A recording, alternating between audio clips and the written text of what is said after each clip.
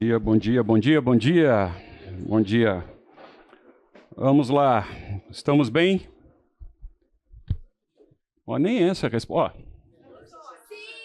Isso. Olha, em homenagem ao Josimar, eu trouxe um negócio antigo aqui, ok? Mas ele não pode consumir. Olha aqui o negócio.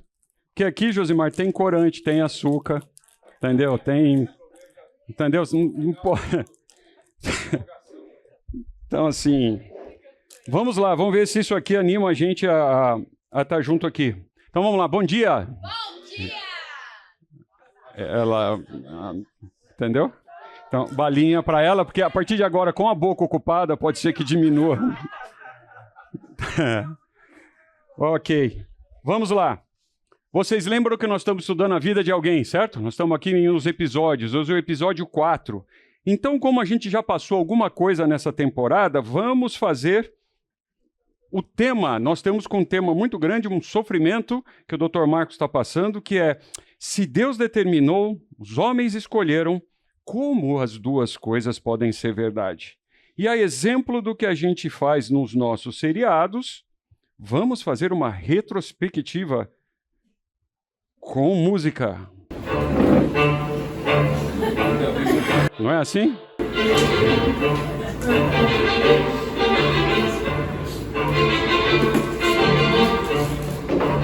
Hospital das Clínicas, 3 da manhã. Marco Aurélio, oncologista, 28 anos, está ao lado de Aparecida, diagnosticada com câncer no estágio 4. Ele abre a Bíblia em Romanos 8, 28 e lê: e sabemos que todas as coisas cooperam para o bem e para. Pela primeira vez em 28 anos, não consegue terminar a frase. Ele fica no carro até o amanhecer, sem conseguir ir embora, sem voltar à rotina.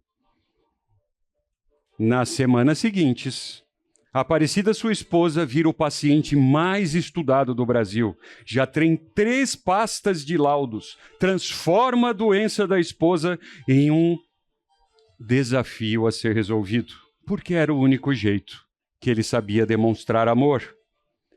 Eu confio nele. Você não precisa que todos os meus problemas caibam num laudo médico, diz Aparecida. E naquela noite, nos últimos 30 dias, ele fez de tudo, menos orar. Um livro de teologia e uma dedicatória de 97. Marcos encontra lado a lado 2 verdades bíblicas que não cabem juntas na razão. Às 11h17, liga para o professor Henrique, um número que ele não usava há anos. Deus sabia e ainda assim deixou acontecer? O professor responde algo que Marcos não esperava. Eu já fiz a mesma pergunta 40 anos atrás, ao lado do leito de morte da minha filha. Posso vê-lo amanhã? E com isso, voltamos ao dilema de Marcos. Na enfermaria do 5º andar, Leandro Ribeiro, 42 anos, mecânico e histórico de violência doméstica. 2 processos na justiça. Havia entrado com pneumonia muito grave e saído de alta ou tendo alta em apenas 11 dias. Mas na mesma enfermaria, Dona Conceição, 71 anos, 50 deles servindo fielmente à mesma igreja como diácona, líder do ministério de visitação a presos, havia entrado com uma simples infecção urinária. Desenvolveu septicemia, abre parênteses, que é uma resposta exagerada do nosso corpo, que desregula uma infecção. E essa infecção age em todo o sistema de defesa. Achou, eu não estava preocupado. Em todo o sistema de defesa do corpo, causando danos, sendo uma emergência médica grave que exige um atendimento rápido do hospital. Dona Conceição havia morrido numa quinta-feira, segurando a mão da filha e cantarolando um hino que Marcos não havia conseguido identificar, mas que soou naquele corredor como uma coisa injusta. Ele passou o resto daquela quinta andando entre andares, descendo e subindo, como se o elevador fosse uma máquina que faria o pensar sumir.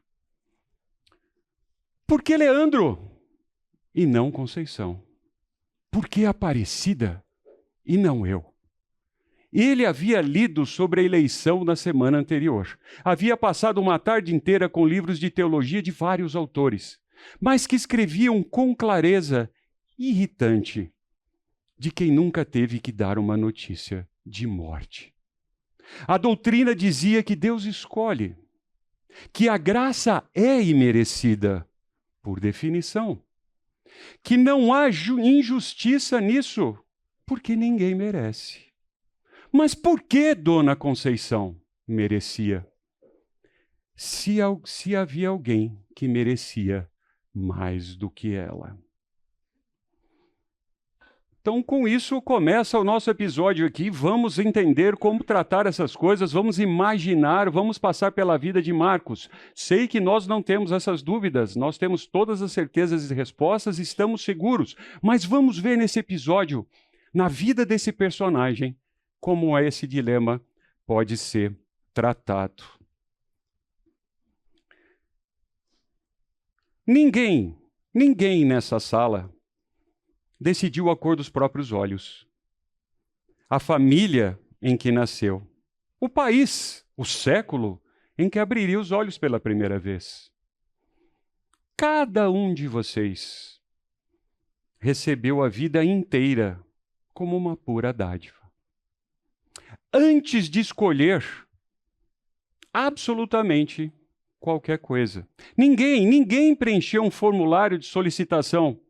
Como eu quero ser criado? Ninguém escolheu por mérito. Eu mereço ser criado. E nenhum de nós foi consultado sobre data e local e família do nascimento. Então hoje vamos falar de uma dádiva ainda maior que essa. Maior do que a vida. Recebida do mesmo jeito, que é a nossa salvação. Então a primeira pergunta que precisamos responder não é por que Deus escolhe, mas é por que alguém precisaria ser escolhido. Para começar a conversa. Então temos 3 perguntas. Pense, no momento em que você está, no momento em que Cristo veio até você. Deixa eu acertar aqui. O que foi determinante para que você cresce, enquanto o outro ao seu lado não creu?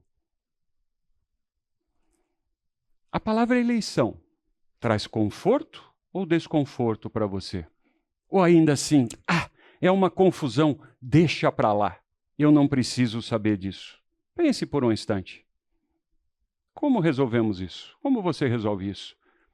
Como você olha a sua vida? Se você entendeu o plano da salvação, se você confessa o Senhor Jesus como Salvador, se você diz que vive para Ele, como é que você resolve isso? E alguém ao seu lado? Não. Por que você?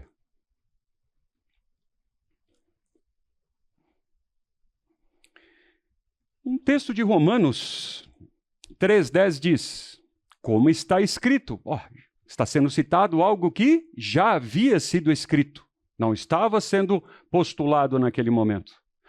Não há nem sequer e eu preciso frisar, não há nem sequer um apenas. Não há quem entenda. Não há quem busque a Deus. Todos, e aqui todos significa todos, se desviaram. Juntamente se fizeram inúteis, de nada servem. De tudo que fazem, de nada servem. Não há quem faça o bem. Não há ninguém que faça o bem. Não há um sequer. Um ser humano sequer. A linguagem é absoluta. Depravação total. Não significa que todo ser humano pratica toda a maldade possível, mas significa que toda a faculdade humana foi afetada pelo pecado. Sua mente, sua vontade e seus afetos estão contaminados. Aqui ele se referia, lembra? Estava escrito, Salmo 14. Diz o insensato no seu coração: não há Deus. Corrompem-se e praticam abominação. Já não há quem faça o bem. Não há quem faça o bem. Do céu olha o Senhor para os filhos dos homens para ver se há quem entenda, se há quem busque a Deus. Todos se extraviaram e juntamente se corromperam. Não há quem faça o bem. Não há nenhum sequer. O homem caído ainda possui uma livre agência. Lembra? Conversamos da diferença de um livre-arbítrio. Age ainda como uma forma que lembra a liberdade, mas a sua vontade está inclinada totalmente para o pecado. Lembra o exemplo do carro desalinhado? Em João 6,44, ninguém, notem as palavras, ninguém, todos, ninguém pode pode vir a mim, se o Pai que me enviou não trouxer, e eu o ressuscitarei no último dia.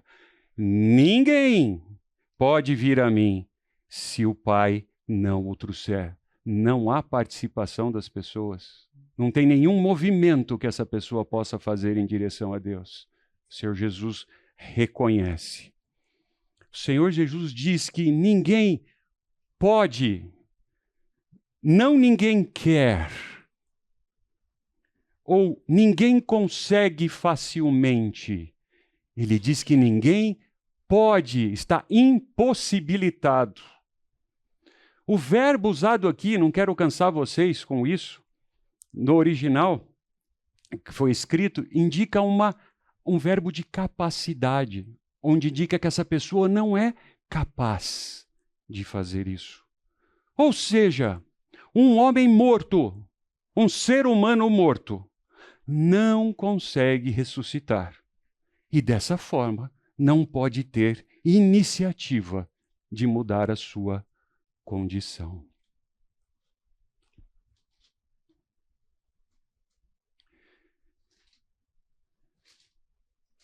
E ele nos deu vida, antes mortos em pecado. E estando vós, eu e você, mortos nos nossos delitos e pecados, nos quais andaste outrora, segundo o curso deste mundo, segundo o príncipe da potestade do ar, do espírito que agora atua nos filhos da desobediência. Quem são os filhos da desobediência? Todos. Entre os quais também nós andávamos outrora. Você dá valor para isso? Você era isto. E você outrora andava dessa forma, até outro dia, até alguns anos atrás, até algumas décadas atrás. Segundo as inclinações da nossa carne, da minha, a sua, o carro desalinhado, fazendo a vontade da carne e dos pensamentos que eram seus, e a carne que é sua. E éramos, por natureza, de nós éramos naturais, filhos da ira, como também os demais. Mas, tem um mas salvador aqui. Mas Deus, sendo rico em misericórdia. Mas por qual razão? Porque eu mereço? Porque eu sou bom? Eu não sou tão ruim assim? Por causa do grande amor que nos amou. Estando nós mortos em delitos, então continuávamos mortos, continuávamos ruins, continuávamos filhos da ira. Nos deu vida, juntamente com o Senhor Jesus, o Cristo. Por isso, pela graça, sois salvos. Paulo usa uma metáfora em Efésios 2:1. Mortos em delitos e pecados.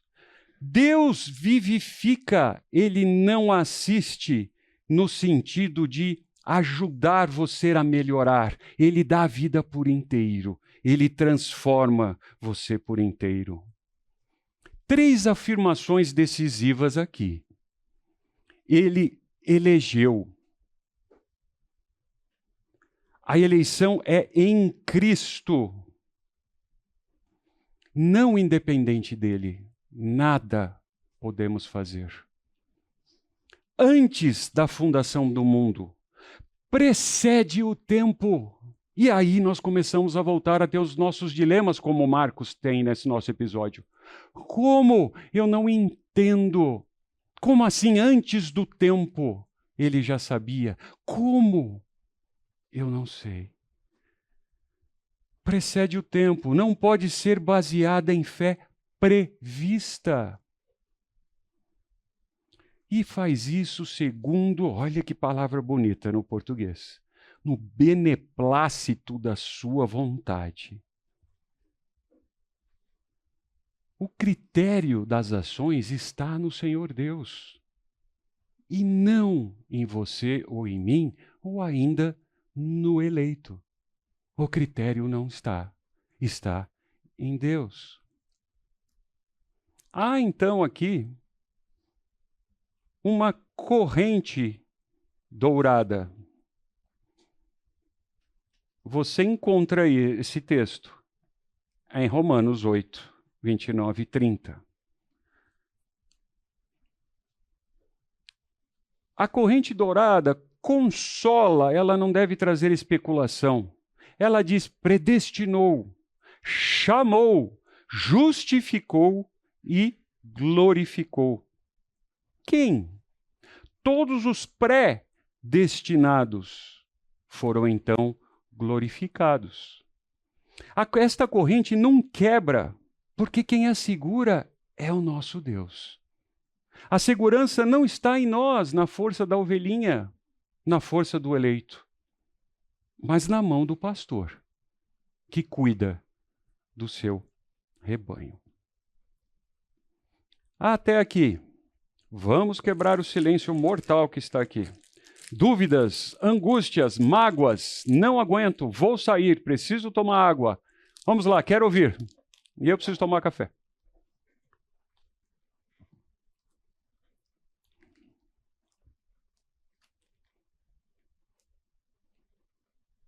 A participação está fantástica. Então, assim, tipo assim, poxa, você tem dúvida dessas coisas? Para nós aqui está tão claro, é tão fácil. Nenhum comentário? Ok. Opa. Você está estimulado pela balinha ou pelo comentário? Ninguém falou nada.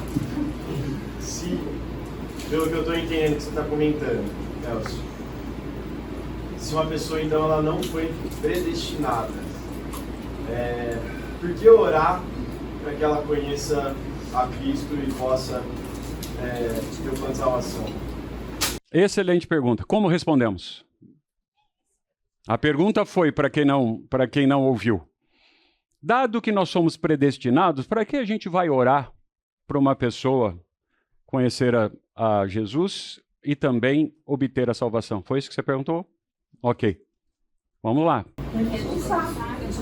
Isso, agora é aquele momento que todos falam ao mesmo tempo para eu não entender, mas você participou da aula, certo? Então vamos lá, manifeste-se oficialmente. Porque a gente não sabe quem é predestinado. Lucinha está dizendo que a gente não sabe quem é. O que mais? Pois, Josimar. Eu devo colocar meus desejos diante de Deus. Ok. Ele vai cumprir aí o que diz. Eu desejo que aquela pessoa também encontre a Cristo. Se o Senhor Deus vai cumprir ou não, a mim não cabe. Ok. Quem mais? A gente não sabe quem que é predestinado, mas os predestinados que ouvirem falar de Jesus, eles vão ser chamados e justificados. Muito bem. Então nós não sabemos quem são predestinados, mas os predestinados ao ouvir vão ser chamados, justificados e glorificados. Entram nessa corrente. Como é que é, Lucinha? Desmandou o quê? Ah, Deus mandou a gente orar e falar. É verdade. Muito bem. A balinha para a Lucinha. Diga. Ia dizer a mesma coisa, mas ela já disse que perdeu a bala. Mais algum comentário? Ser predestinado talvez não é ser escolhido para ser salvo, mas Deus já sabia que aquela pessoa, ouvindo a mensagem, aceitaria. Ok. Ser predestinado não necessariamente é ser salvo, mas ele ouvindo a mensagem, Deus já sabia. Tem uma coisa que vocês não trouxeram à discussão, que é o que é predestinado e o que é ser eleito. Quem me ajuda? São expressões diferentes, não são sinônimos. Se você achava que era sinônimo, estou te dando a dica. Não é um sinônimo. Como tratamos isso? O que é predestino? E o que é o conceito da eleição? Predestinado é presciência. Está dizendo que predestinado é uma presciência. Então Deus já sabia, Voltamos nos Deus já sabia. Nós estamos encostando nesse negócio aí. Deus já sabe, eu já sei que Deus já sabe. Então, mas assim, ó, isso é uma coisa que é um problema meu, assim, que eu tenho pra... Vamos lá. Problema dele, vamos resolver. Eu já tenho 40 anos, assim, boa parte da minha vida que já cristã, e essa é uma questão que não consigo encaixar direito. Que assim, Deus saber, vamos dizer, se ele sabe que eu sou predestinado, mas não foi ele que predeterminou, então onde estaria a onipotência nesse sentido? Porque se ele já sabia, mas não foi ele que determinou, então ele não tinha essa opção de escolher, né? Mas se for o contrário, se foi ele que escolheu, aí realmente eu não tinha poder decidir, porque já tinha escolhido, entendeu? Eu não sei qual que eu entendi. A quem a gravação, vocês me perdoem, mas nem eu consegui. Me perdoe, eu não consegui sintetizar. Peço perdão. Pois não. Pode falar? Pode. Você falou uma palavra muito difícil que eu acredito que a galera não saiba, ou sou eu que não sou muito boa. Qual é a palavra difícil? Beneplácito. E o significado dessa palavra é boa vontade, o prazer, o agrado ou a livre aprovação. Você está ouvindo aí, João, o que ela está dizendo? Então, por favor, ou você fala alto ou levanta, porque o pessoal lá quer ouvir o que significa beneplácito. O significado dessa palavra, que eu não vou repetir, porque ela é muito longa, é boa vontade, o prazer, o agrado ou a livre aprovação de Deus. Com licença. É que eles mesmo assim não ouviram. Beneplácito, de acordo com a definição, significa boa vontade, o prazer, o agrado ou livre aprovação de Deus. Agora vem a questão. Você usou essa palavra porque ela está escrita de alguma forma na palavra de Deus? Sim. Sim. Então, sendo que essa palavra está descrita na palavra de Deus, significa que Deus teve o prazer, o bom, ou a livre escolha de escolher quem ele decidiu escolher. Eu entendi. Para você está resolvido o assunto. A palavra beneplácito resolve todo o problema. Ok. Joelson. Ok, já resolveu e faz sentido. Vamos lá, Jô. Eu queria colocar só um versículo aqui para ajudar. Você promete?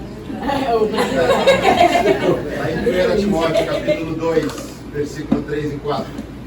que isso é bom e aceitável diante de Deus, nosso Salvador, o qual deseja que todos os homens sejam salvos e cheguem ao pleno conhecimento da verdade. Esse é o beneplácito? Não é? Por que não? Por que não? Vamos, nós somos adultos grandes sentados numa grande mesa de almoço batendo um papo. Vamos lá. É que linka com a questão dele. Você entendeu a questão dele? Não, ok, que bom. Ah, entendi. A segunda versão daquela dúvida eu tenho medo. Eu também.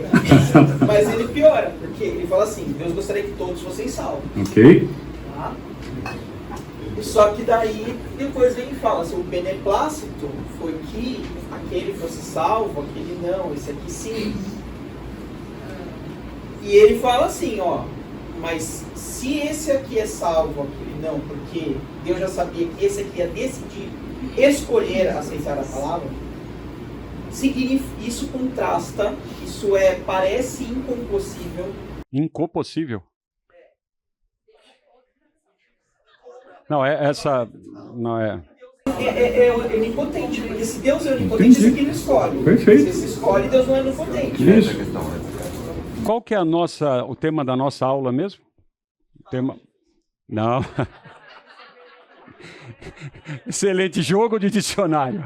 Lembra? Tem um joguinho que chama dicionário. Lembra? É a tensão entre... Qual é o nome? Soberania de Deus e responsabilidade. Então existe uma tensão aqui. Existe uma tensão. Alguém levantou a mão?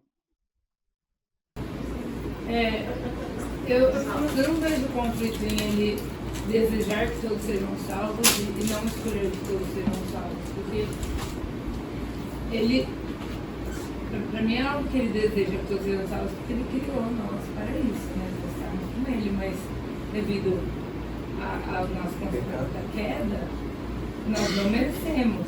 E como ele é justo, ele não pode simplesmente tirar todo mundo da opção. Mas o meu ponto é que em 1 Pedro ele fala que nós fomos eleitos segundo a presciência de Deus. Então, sim, ele escolheu. Não é uma questão de predestinado não é ser salvo, porque senão você tira um do outro. Então, se ele escolheu pela presciência dele antes da fundação do mundo, você foi escolhido. E o predestinado é onde você vai. Quem foi escolhido? Quer dizer, a Débora está... Eu também não vou conseguir repetir tudo que ela disse. Mas ela está num loop, porque ele foi predestinado, Deus já sabia, então escolheu. E escolheu porque ele foi predestinado. E Deus criou todo mundo para estar com ele. Aí o Joelson traz o versículo que ele quer que todos sejam salvos, resolvemos o problema. No final das contas, todos serão salvos porque foram predestinados. Mais alto, por favor. Eu acredito que predestinado não quer dizer pré-determinado. Predestinado é como se fosse potencial para você. Para ir acompanhando, predestinado não é pré-determinado. Né? Você tem que cumprir esse destino. Como? Com a responsabilidade humana, que é o tema da aula. Entendi. Olha, ele saiu, sabe, quem tem a minha idade lembra do Leão da Montanha? Saída pela direita. Ele disse tudo e disse assim, mas esse é o problema da tensão humana e vamos em frente. Certo? Muito bom. É uma saída. É uma saída. Vamos seguir. Vamos seguir. Pois não. E o eleito, como é que fica isso? Entre o predestinado e o chamado?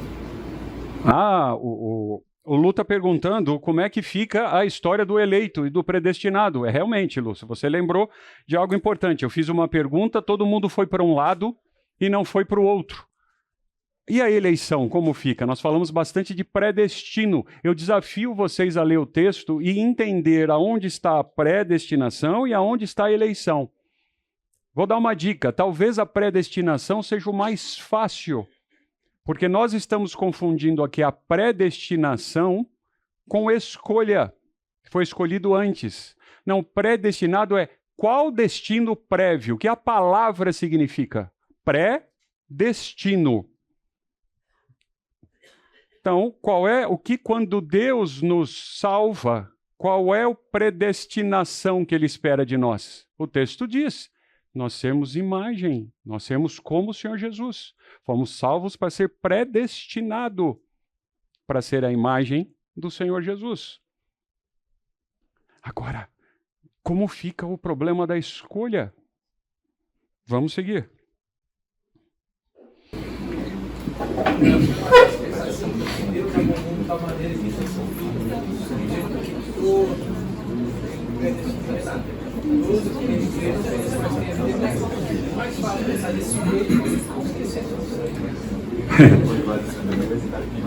Benoit está dizendo o seguinte, é fácil. Vamos usar João 3,16. O que diz? Você sabe isso, decoração. Deus amou o mundo de tal maneira que deu seu Filho unigênito. Então pronto. Deus deu Filho para que todos sejam salvos. E acabou.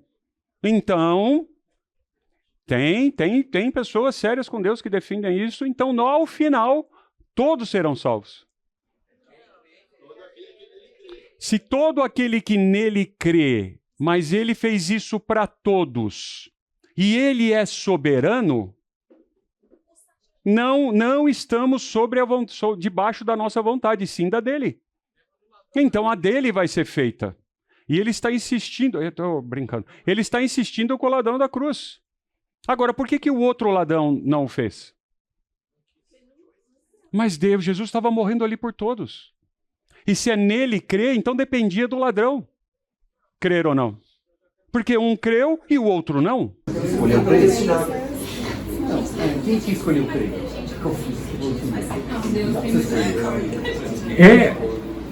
Acho que não é um ato pecaminoso eu confessar que é divertido olhar as expressões daqui assim, não? Entendeu? Tem gente fazendo assim com a cabeça para ver se encaixa melhor. Sabe como você vai fazer? Você tem que falar mais alto, senão o pessoal lá não ouve. De outro preletor, e ele falou que Jesus morreu por todos, não para que, sim, claro, para a salvação de todos, mas que no final de tudo, a mesma morte de Jesus vai servir para levar pessoas para o céu e para condená-las ao inferno. É fato, ela está dizendo que quem disse isso mais ou menos que eu já vi por aqui recentemente foi o Sacha por aí. Sacha fala isso. A morte, e eu concordo, a morte, ela não traz salvação. Não estamos discutindo isso agora, mas nós usamos aquele versículo que diz que a palavra não volta vazia, não é isso? E quando a gente diz isso, mais balinha? Não, balinha aumenta o açúcar, fica mais empolgado. Quando a gente diz isso, a gente espera que a pessoa entenda e aceite o evangelho, não é isso? Porque a palavra não volta vazia. A negação também é um preenchimento desse vazio. E a pessoa diz, não. E a palavra não voltou vazia. Então, sim, a morte do nosso Senhor Jesus traz a condenação. É que nós lembramos apenas da salvação. Mas ela ali é um marco da condenação também. E nós não estamos estudando o final dos tempos aqui, mas nos últimos tempos, todos vão reconhecer que Senhor Jesus é o Senhor. Uns para estar com eles e outros para condenação. Mas o reconhecimento vai ser o mesmo. E aquela hora que eu falei, vamos lá, eu me arrependo agora, eu não consigo seguir. Pois não. Quando você falou da parte de missão e predestinação, você me deu o insight de que então predestinação é o versículo 4, eleição versículo 4, predestinação versículo 5, e continua. Lá no final, parece ter um vetor de toda essa dúvida que a gente está tendo, é o seguinte, tudo isso é para louvor da glória da sua graça. Perfeito. Quando você me fala que a morte de Jesus Cristo foi tanto para salvar quanto para condenar, significa que esse beneplácito de Deus, ainda que ele gostaria que todos fossem salvos, mas a forma como ele concebeu esse plano é que alguns serão e outros não, porque isso é para a sua glória. Fato. Não sei, numa perspectiva humana, a gente pode... É um raciocínio muito pobre, tá? Mas se fosse assim, a salvação, todo mundo vai ser salvo, não precisa fazer nada, etc., será que isso seria tão glorificante a Deus? Se tivesse um julgamento? O julgamento também é para a glória. O resumo é, se o Senhor Deus salvasse todos, independente do meio, e ele escolheu fazê-lo nos planos pela morte dele mesmo, na pessoa do Senhor Jesus, que valor teria? Como ele teria glória nisso? Guardem essas perguntas. Tem que ficar pendurada aí na sua caixinha. Posso seguir? Ok, vamos lá. João 6,37, lemos: E o que vem a mim, de maneira nenhuma lançarei fora. A eleição não fecha a porta. Ela garante que os eleitos responderão a um convite genuíno. Aqui nós temos algo que eu preciso despertar a atenção de vocês. Eu preciso provocá-los. Se não o fiz até agora, agora o farei. É necessário que você entenda que, independente da sua solução ou não do tema aqui proposto, que não é fácil, você não pode fechar a porta. A nossa função é apresentar estas boas novas a todos que você pode e em todo o momento oportuno, assim como aconteceu com você. Então, não precisa levantar a mão, porque não vai ganhar a balinha. Por que você não faz? O que te impede de fazer? Alguns se escondem através desse fato da soberania de Deus, da eleição e predestinação. Deus já fez, eu não preciso fazer nada. Mas nós estamos aqui justamente nessa tensão entre a soberania do nosso Deus e a nossa vontade e as nossas ações. Para colocar uma pimentinha, Judas era inocente pelo que fez, porque já estava predestinado, planejado e Deus já sabia.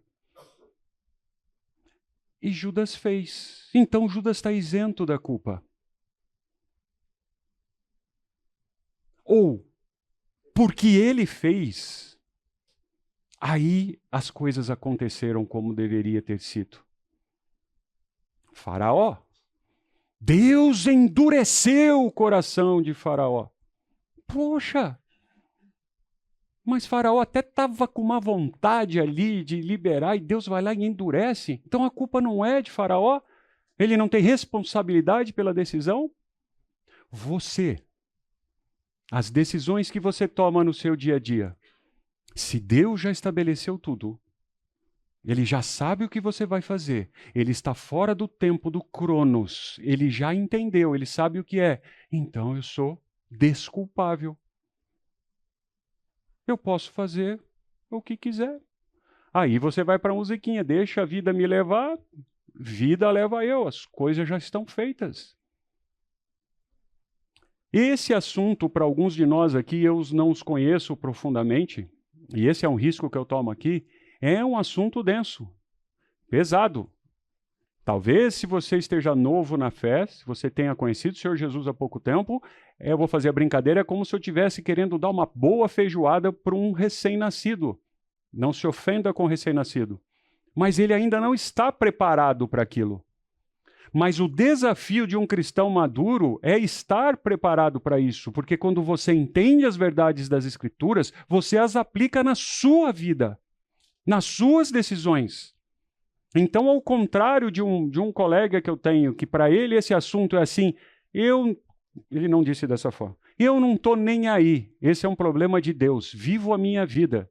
E é uma pessoa salva, é uma pessoa que confessa o Senhor Jesus como Salvador.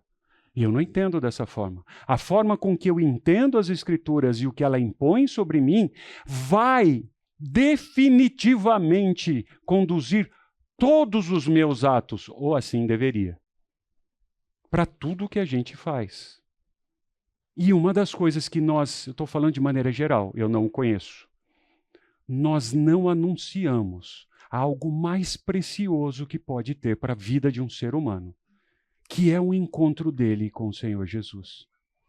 Nós não fazemos, e um dia alguém fez e você recebeu, para irmos para o intervalo, por que você não divide essa boa notícia? 10 minutinhos.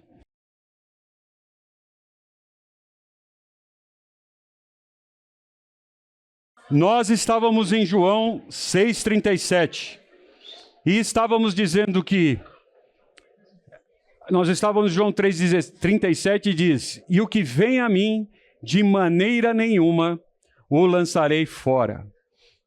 E eu estava aqui dizendo que a eleição não fecha uma porta, mas ela garante que os eleitos responderão a um convite genuíno. A pergunta bíblica não é: será que eu fui eleito? Por favor, encosta a porta, Henrique, para mim. Não é se eu fui eleito, mas o porquê é que eu vim a Cristo. Já fez essa pergunta para você?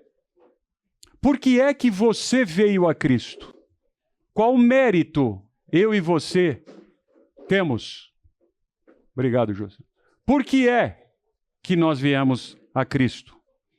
Não encontramos nas Escrituras alguém buscando de modo íntegro, sincero, a salvação do Senhor Jesus e sendo rejeitado. Alguém lembra de algum texto bíblico, alguma que a gente gosta de chamar de passagem, ou na língua moderna, algum episódio em que alguém de coração sincero buscou o Senhor Jesus e o Senhor Jesus a rejeitou? Não. Mas a gente vê várias pessoas que buscam o Senhor Jesus nas Escrituras para cura, para uma série de coisas. E o Senhor Jesus, como estava sendo conversado aqui no intervalo, atendeu e curou. Sim, deixa eu colocar mais ingrediente aí na sua sopa, certo? Para ela ficar mais densa para você fazer a digestão. Lembra o episódio da cura no poço de Betseba? A história das águas que se mexiam, que diziam que podia ser um anjo, e quando as águas se mexiam, o primeiro que se jogasse dentro da... Lembra disso? O que aconteceu? O Senhor Jesus foi até lá, e ele salvou a todos e curou a todos. Por que não? Tantos estavam ali, ele foi em um. E curou este um. E os demais que estavam em volta? Não sabemos se eram dezenas, centenas. Por quê? O Senhor Jesus era injusto? Ele não foi bondoso? Ele mediu assim, ele foi egoísta? Ele foi mesquinho, sovina? Ah, eu podia curar todos, mas não, eu fiz só um. Por quê? Como é que você responde isso numa mesa de jantar com seu vizinho não cristão?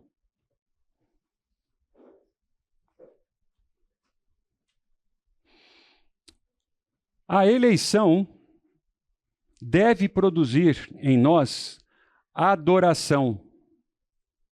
Qual foi a última vez que você dedicou um tempo exclusivo para agradecer, para adorar o seu Deus pela oportunidade que você teve? Quanto disso move a sua vida diária? Quanto disso está o valor? Está a sua raiz, está a sua âncora para viver? Não, eu quero isso, eu quero aquilo, eu quero comprar, quero fazer, quero estudar, quero juntar dinheiro, eu quero. Ok, não tem problema. Mas esse deveria ser o seu tesouro. Então nada do que acontecesse na sua vida deveria prejudicá-lo, deixá-lo down. Porque você estava morto. E vivo agora você está. Antes você estava condenado a passar a eternidade longe do nosso Deus. Agora você tem essa oportunidade. De verdade, que mais valor tem nas outras coisas? Ao ponto de dominar as suas decisões. Deixar essa para um segundo plano. Por que não compartilhar, gritar aos ventos, explicar para as pessoas Isto que aconteceu com você e comigo, e pode acontecer com elas. De um jeito simples. Como eu brinco, é só uma brincadeira. Não é ser desrespeitoso. Já brinquei aqui, nós crentes falamos umas coisas estranhas e põe uns números, nome no meio. Não, porque 1 Coríntios tal, se o cara gosta de futebol, já está achando que é o Corinthians.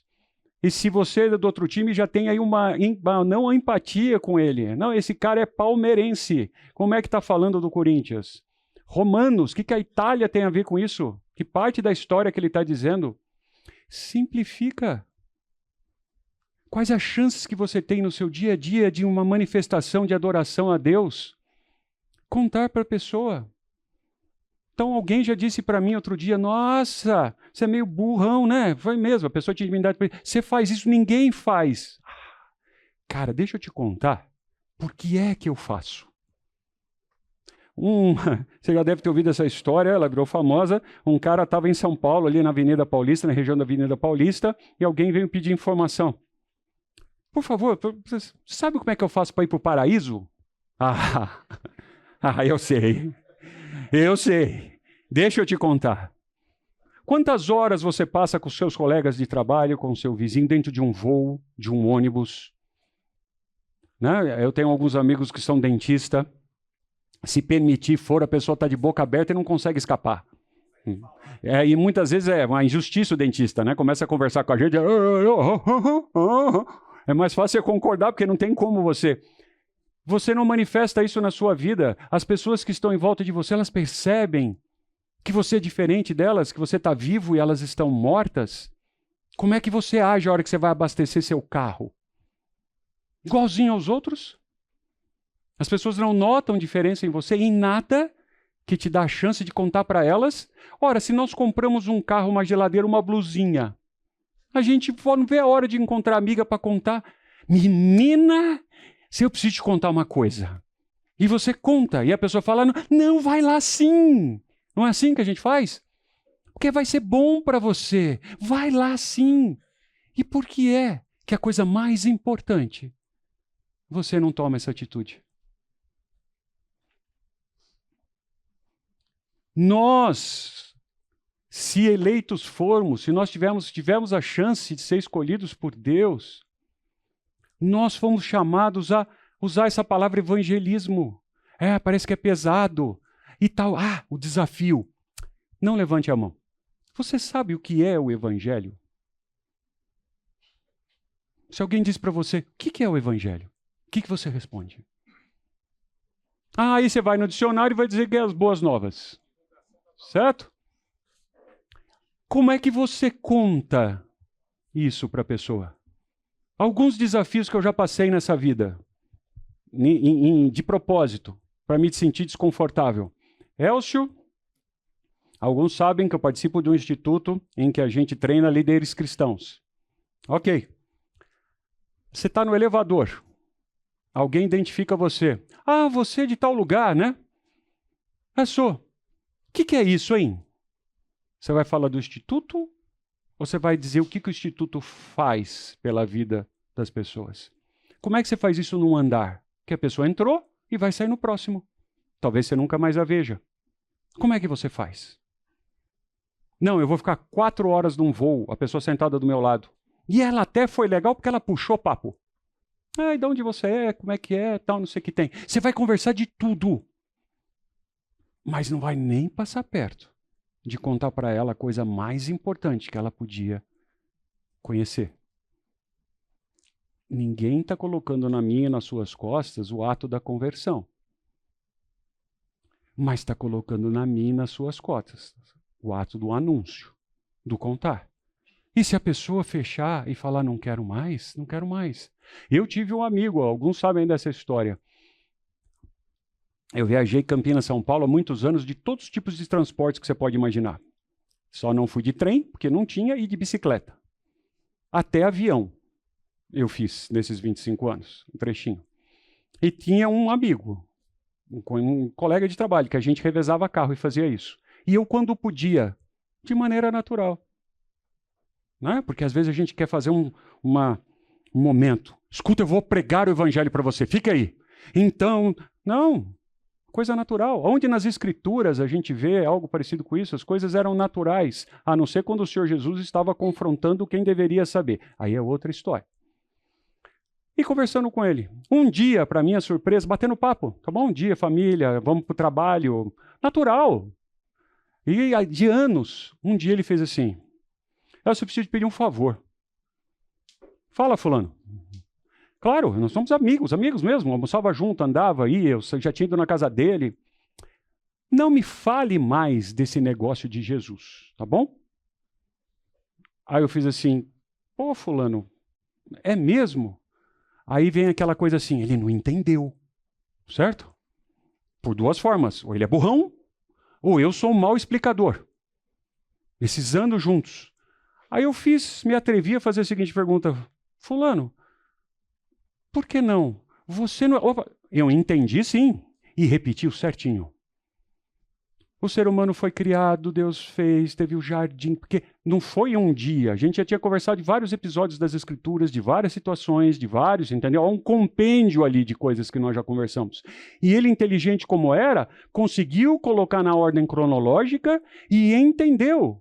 Então, Deus criou, teve o rompimento, aí teve a serpente, aí Eva levou para Adão, aí o homem escolheu pecar, aí Deus então, logo em seguida, já planejou chamar, mas todo mundo estava condenado, quem é que podia fazer alguma coisa por vontade própria? Então só tinha, aí apareceu a morte, por isso que tinha os sacrifícios, então as pessoas na simulação do sangue faziam isso, que o sangue então acobertava o pecado, por isso que tinha o templo, por isso que foi, depois virou sacrifício, e contou a história, e eu assim, cara, ele sabe, ele pode dar aula na escola bíblica, ele sabe, e veio, aí o Senhor Jesus morreu na cruz, etc, tal, aí os crentes hoje ficam contando isso para todo mundo, esperando que as pessoas tomem a mesma decisão e entendam, é isso, Elcio, eu falei, então, não quero, por favor, chega, nós somos amigos, chega, eu já entendi.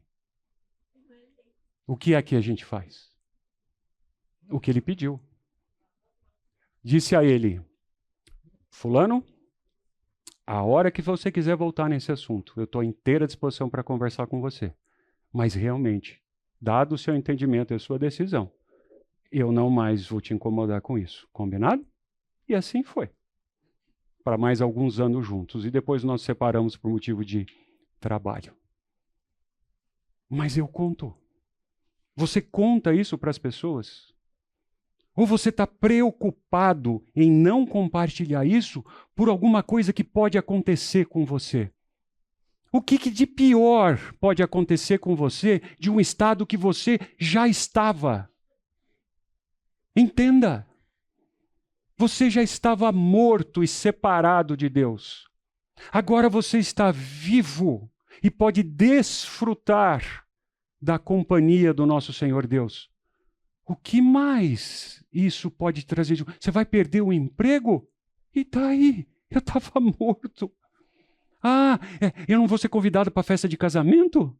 E daí? Meu vizinho não vai me chamar para... E daí? Eu vou sair do time? Como é que é hoje? Eu vou ser... cancelado, essa é a palavra da moda, e daí? Vão me tirar do grupo? E daí? E daí?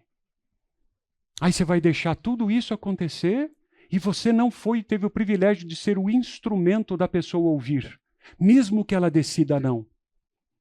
Não, eu não quero. Entende? Você tem alguma dúvida, e nesse caso, foi o maior caso que eu já tive até hoje na minha vida, porque de verdade, se ele viesse aqui, eu desse para ele um direcionamento, ele daria aula aqui para muitos e vocês saíram aqui. Nossa, esse cara conhece, esse cara sabe. Mais louco, eu fiquei imaginando, já pensou ele numa praça pública contando isso para as pessoas? Várias levantariam a mão e falavam assim, sim, eu entendi, como é que eu posso fazer? Ou eu vim para conversar com ele, porque a mensagem está 100% correta. E a decisão dele foi tomada.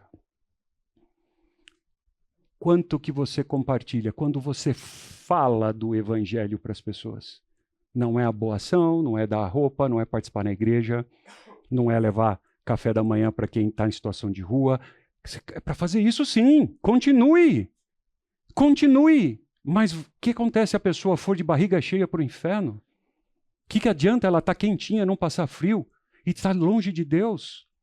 Você está cuidando ali de um zumbi, de um negócio que anda, mas está morto. Que vantagem isso tem? Pois não. É o seguinte, você falou do teu amigo que você estava muitos anos com ele e falou dessa forma bem veemente. Por exemplo, eu lido com... Fala mais alto um pouquinho, pessoal, para você ouvir lá. Lido com pessoas, a seara é grande para a gente pregar. Então, por exemplo, meu cliente que eu estou todo mês lá, ou eu estou convivendo com a turma, a equipe dele lá, dia a dia, sem dúvidas, a gente vai falando do evangelho de uma forma de ação e também devagarzinho você vai criando semente. Não às vezes assim, ser muito enfático, às vezes a pessoa surta mesmo. Ok. Lu tá dizendo que conversa com muita gente, a seara é grande e que você vai fazendo devagarzinho e não. Que muitas vezes a gente não é enfático. Ok. Aí é o meu jeito. Eu não estou dizendo o melhor jeito. Combinado?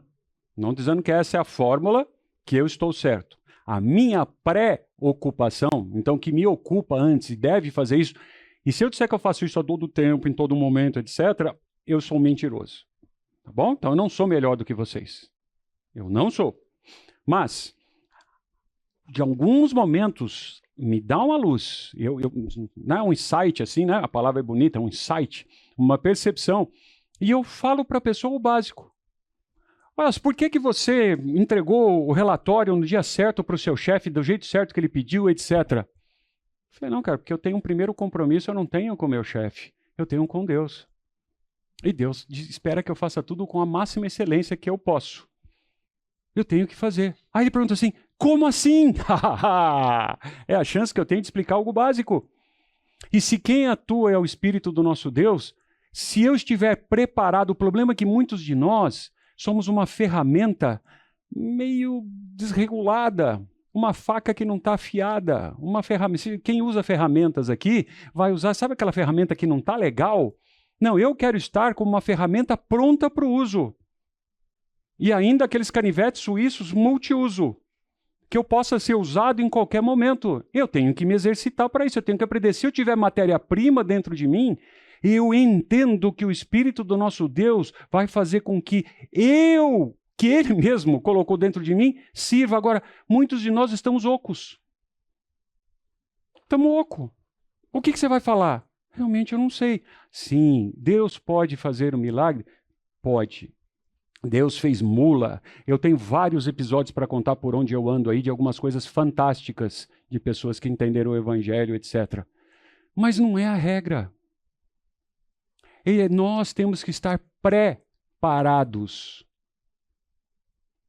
Se você não dedicar tempo, estudo, se você não colocar isso como uma prioridade é o primeiro na sua vida, nas suas atividades, isso não vai acontecer. Nós servimos num ministério de adolescentes. Então, eu ia complementar o que você falou. Existem casos em que a gente pode ser direto e, numa sentada com uma pessoa que você não conhece, expor todo o plano da salvação. No caso do ministério onde a gente serve, se a gente chegar com o adolescente, sentar com ele, falar por 20 minutos, ele vai ouvir 5 e o restante ele vai estar pensando em qualquer outra coisa. Então, o ponto é que o evangelismo, ele é um mandamento, não uma opção. Uma ordenança. É uma ordenança do Senhor. Então ele espera que todos nós façamos isso, mas às vezes a gente não pensa que a gente deve fazer isso e que a gente tem que se preparar para fazer isso. Preparar ao ponto de que, dependendo da quantidade, do tipo de pessoa que você convive, que pode ser o seu cliente, que pode ser um adolescente, que pode ser crianças na sua escola, existem estratégias que precisam ser ensaiadas e treinadas para que o Evangelho do Senhor seja propagado para toda a humanidade, que é o mandamento do Senhor. Então, nesse caso, a gente precisa constantemente se preparar, não só com baseamento bíblico, para defender a nossa fé, como está em 1 Pedro, 2 Pedro, mas com estratégias específicas, porque você não vai chegar numa sentada com uma criança de 6 anos que você dá aula e você vai explicar a escatologia para ela. Você vai dizer de outras formas que você pode acreditar em Jesus e colocar as coisas mais lúdicas. Mas, por exemplo, para um CEO de uma empresa, você precisa ser mais eloquente, senão você não vai conseguir prender a atenção dele.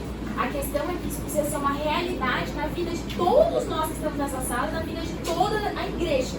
Isso precisa ser uma coisa constante na nossa vida. Mas não necessariamente todos os dias você vai dar um texto para qualquer pessoa que está na sua vida. Você pode falar como você disse.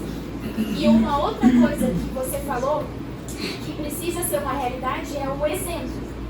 Porque as pessoas te questionaram sobre a sua ação. E eu sei que aquele texto do prega o evangelho, se precisa, use palavras. Isso é uma mentira, mas tem um fundo de verdade, porque nós precisamos ter a expressão de Jesus na nossa vida. Então, enquanto as pessoas estão tratando o morador de rua, quando você estiver com uma pessoa no seu carro e você entregar um folhetinho para ele, ou, sei lá, uma pipoca, ou simplesmente dar bom dia, meu querido, tenha um bom dia. Isso é algo que Jesus faria. Então isso precisa ser uma realidade da nossa vida, pensando nas pessoas que estão à nossa volta e podem perguntar sobre a razão disso. E que isso vai ser um motivo para a gente explicar a razão da nossa fé. Porque é por Jesus que a gente faz isso, não pela gente. Porque se for pela gente, a gente não faz. Ok. Eu não tenho a mínima pretensão de responder, de conseguir explicar o que ela disse. Mas, de maneira geral, nós precisamos estar preparados, e isso eu concordo. Nós precisamos ter estratégias, eu também concordo. Ela citou o exemplo de você evangelizar uma criança, contar as boas novas para uma criança, e para um CEO de uma empresa. E eu coloco outras situações. Como é que você faz isso num leito do hospital? Como é que você faz isso para uma pessoa que a casa dela caiu a árvore e ela não tem mais onde morar? Então, sim, nós temos que ter, eu gosto de chamar de sensibilidade cultural. Eu ponho isso dentro desse, como é que é a minha sensibilidade cultural para fazer isso? Mas para isso eu preciso estar preparado para fazer. Então, nesse momento, eu quero investir um tempo com vocês para você pensar aí com a pessoa que está do seu lado. Converse. 3 pontos. Primeiro, como a doutrina da eleição transforma a maneira como você adora a Deus? Como a doutrina da eleição, tudo que nós estamos discutindo, transforma a maneira como você adora a Deus. 2, de que forma a certeza de que você foi escolhido em Cristo dá a segurança da sua fé diária? Porque eu vejo pessoas que falam assim, nossa, eu não tenho certeza. Como é que você tem certeza? 3, como a eleição de Deus deve influenciar o seu relacionamento com outras pessoas e a sua missão de compartilhar as boas novas. Converse. Ok, vamos lá. Vamos ouvir.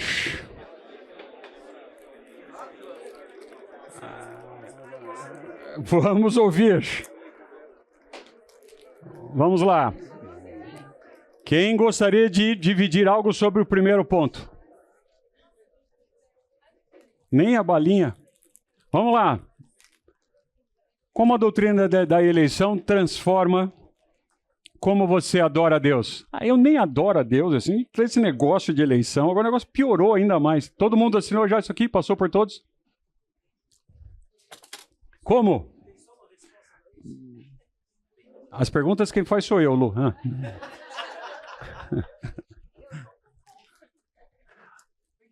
Só um minuto. É a única pessoa da sala que confessou que tem um conflito. Então, os demais, não há nenhum conflito. Estamos bem.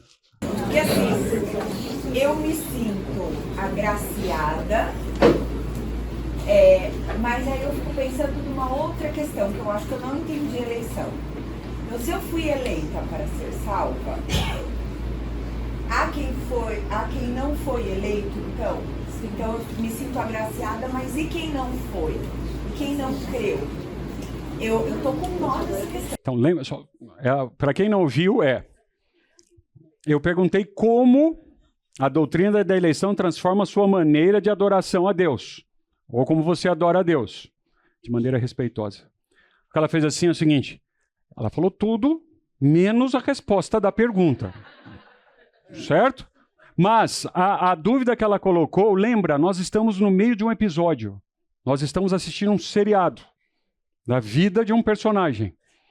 E nós estamos, então, assistimos mais um pedaço do episódio e estamos conversando. Você viu? Onde já se viu? Ele não está entendendo isso, etc. E nós estamos debatendo esse assunto na vida aqui do Dr. Marcos.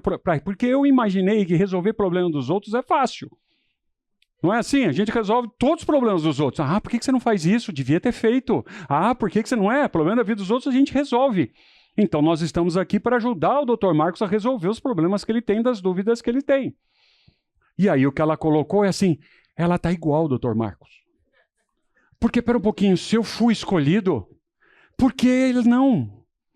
Aí, se ela não falou, eu li nas entrelinhas algo que a gente, às vezes, alguém me disse aqui e ela não disse, mas é injusto. É injusto. Como Deus, que é amor, etc., pode fazer isso? É injusto. Marcos está passando por esse mesmo problema. Lembra? Como é que aquela pessoa que entrou no hospital com uma baita pneumonia e em 11 dias estava em casa? E a dona Conceição, olha a vida que ela teve, etc., tal. Morreu e entrou com uma, entre aspas, os médicos aqui me perdoem meu nível de ignorância, de falta de conhecimento, uma simples infecção urinária que tem aí em quantidade. Alex, você levantou a mão? Contemplamos, uma pessoa pode entender do Evangelho, se converter, mas não ser eleita? A bala não vai chegar aí, né? A pergunta que o Alex fez é, uma pessoa pode ouvir o Evangelho, entender o Evangelho e não ser eleita? O que a gente responde? Não, a resposta depende é aquela do brasileiro. Depende se atende os dois lados, certo? Não depende. Eu tô bem. Se for para cá eu tô, se não for para cá eu tô também. Você está no slide. Diga. Na adolescência, o grupo que eu tinha, que é o grupo de jovens, né, que na época era GT, nós entramos nessa discussão, uma viagem, e foi muito impactante para o grupo todo chegar nessa discussão de se é predestinado, se não é. Virou uma crise muito grande a ponto do pastor Fábio, na época, precisar acolher o grupo e criar um EBD sobre esse assunto. E ele trouxe, na época, o Marcelo Berti, e nós fomos divididos em grupos da sala, onde alguns acreditavam em ser predestinados e outros na questão do livre-arbítrio, tirando essa predestinação. E nós fomos conversar com pessoas da igreja. Na época eu conversei com o Chico Mota e ele tinha a visão diferente dessa, e outros foram falar com o Fernando, enfim. Nós fomos divididos e o Marcelo trouxe as duas visões. E dentro da nossa igreja tem as duas visões. Então... Quais são as duas visões? A questão de ser eleito e a questão de não ter essa determinação da eleição. E nós pudemos refletir, na época, sobre essas percepções, e por não ser algo totalmente fechado, assim como o final, né, do Apocalipse, e tem algumas visões diferentes, nós vimos, na época, essas duas visões aqui dentro da igreja, com pessoas sérias da igreja. Então, eu acho que é bem complexo essa questão, porque tem esses dois lados para pensar. E aproveitando o gancho, eu pesquisei em, acho que uns 6 dicionários, aqui online mesmo, e a questão de predestinação e eleição entram como sinônimos. Eu fiquei com dúvidas sobre, então, que ponto elas são diferentes, uma vez que o dicionário traz como sinônimos. Ok. Sim. Nós estamos estudando, nós estamos passando por a vida um problema que o Dr. Marcos está passando. E ele está passando por essa questão, entre a tensão da soberania de Deus e a responsabilidade do homem. Ok? Perdão, eu não sei o seu nome.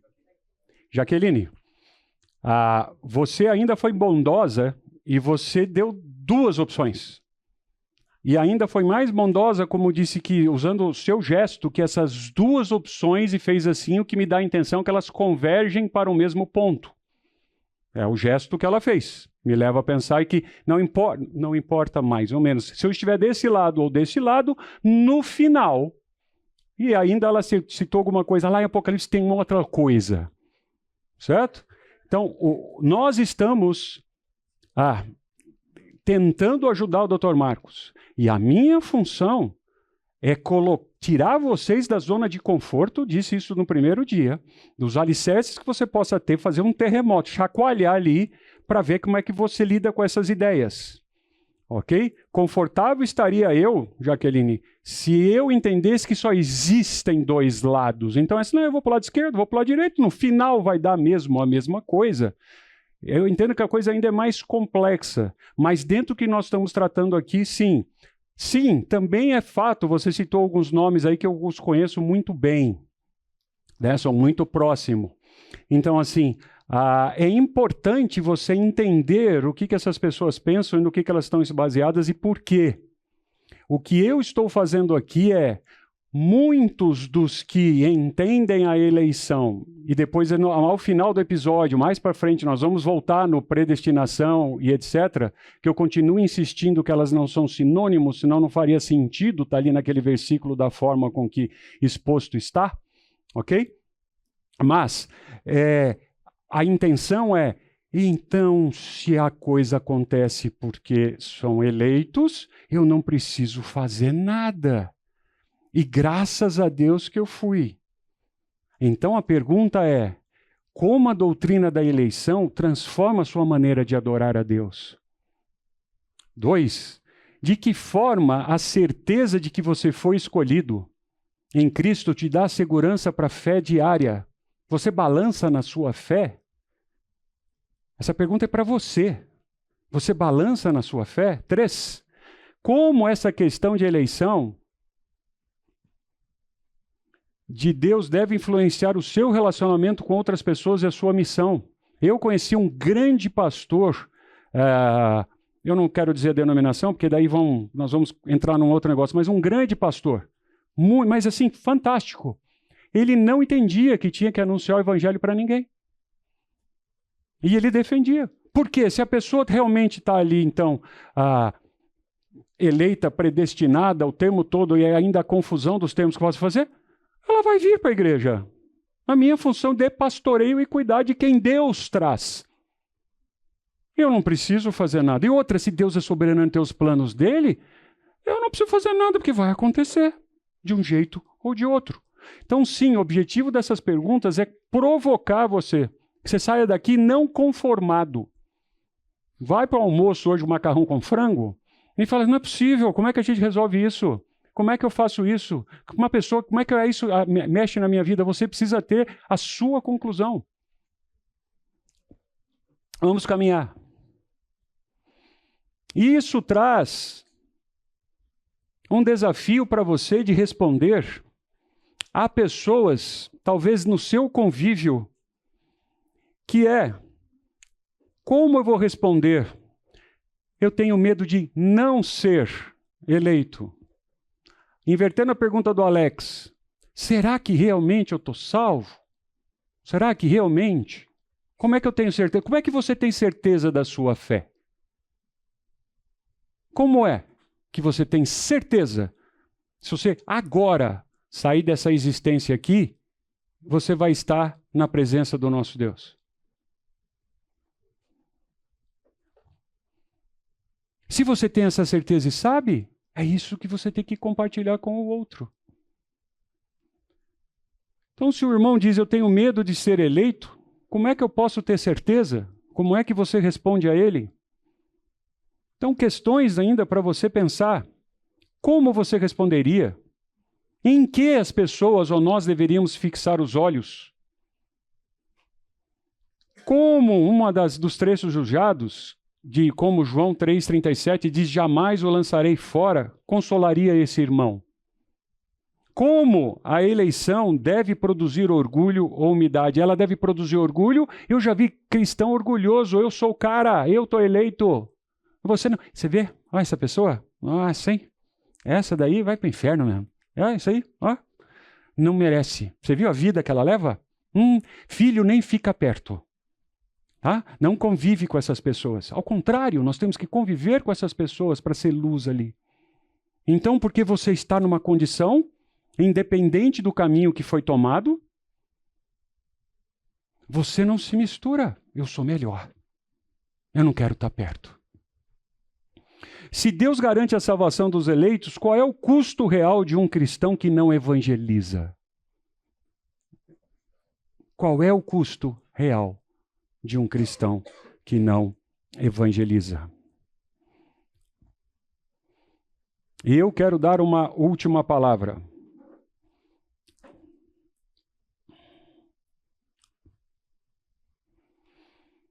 Você não escolheu nascer.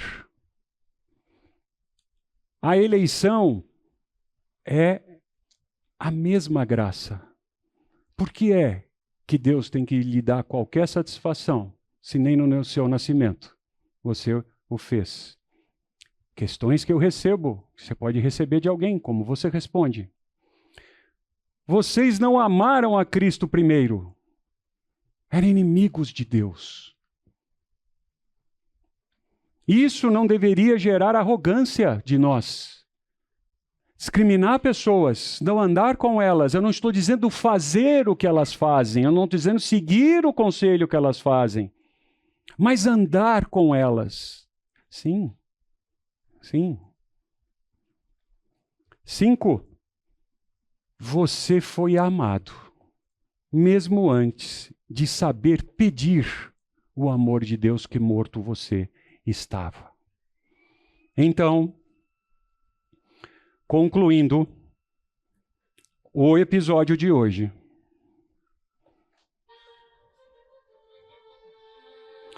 Às 6 da tarde, ele entrou no quarto de Aparecida com o rosto que tentava ser neutro, mas que durou só alguns segundos. Ela disse: "Você perdeu um paciente hoje?" E ele respondeu: "Sim, Dona Conceição." Aparecida fechou o livro que estava lendo, arrumou um espaço à beira da cama e ele sentou. Ficaram em silêncio por um momento, aquele silêncio que um casal já antigo com intimidade conhece e sabe que não precisa de palavras. Por fim ela disse: Marcos, nos últimos meses... Desculpa, Marcos, e ele se preparou, porque nos últimos meses os pedidos de Aparecida eram para ele como ordem de um testamento. Leia para mim Salmo 23. Ele olhou para ela e ela já fez outra pergunta. Faz quanto tempo que você não abre a Bíblia? Ela perguntou sem tom de acusação, só por uma curiosidade que toda esposa sabe usar. Ele não respondeu, porque a resposta era desde o seu diagnóstico. Ela então estendeu a Bíblia, aquela Bíblia com a capa gasta e as margens cheias de anotações em letra miúda, que todos nós conhecemos às vezes de cor. Ele pegou, as mãos tremiam. Ele achou que ela não havia notado, mas ela havia sim notado o seu nervosismo. Foi então que... Domingo que vem nós vamos saber. Deixo aqui a minha sugestão de oração para você. Ore: Senhor Deus, por que a salvação é fruto da tua graça e não do nosso merecimento? Guarda-nos do nosso orgulho e do medo. Ajuda-nos a descansar em Cristo e preservar a nossa fé, e a proclamar o teu evangelho com confiança e amor. Amém. Boa semana, queridos.